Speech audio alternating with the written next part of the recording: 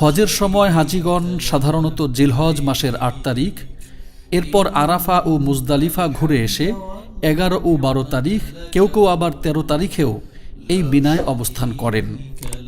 এই মিনায় অবস্থান সম্পর্কে মহান আল্লাহ তাআলা পবিত্র কোরআনের সূরা বাকারার ২০৩ নম্বর আয়াতে বলেন, ওয়াযকুরুল্লাহা ফি আইয়ামিন মা'দুদাত ফামান তা'আজ্জালা ফি ইয়াওমাইনি ফালা ইসমা আলাইহি ومن تأخر فلا إثم عليه لمن اتقى واتقوا الله واعلموا أنكم إليه تحشرون।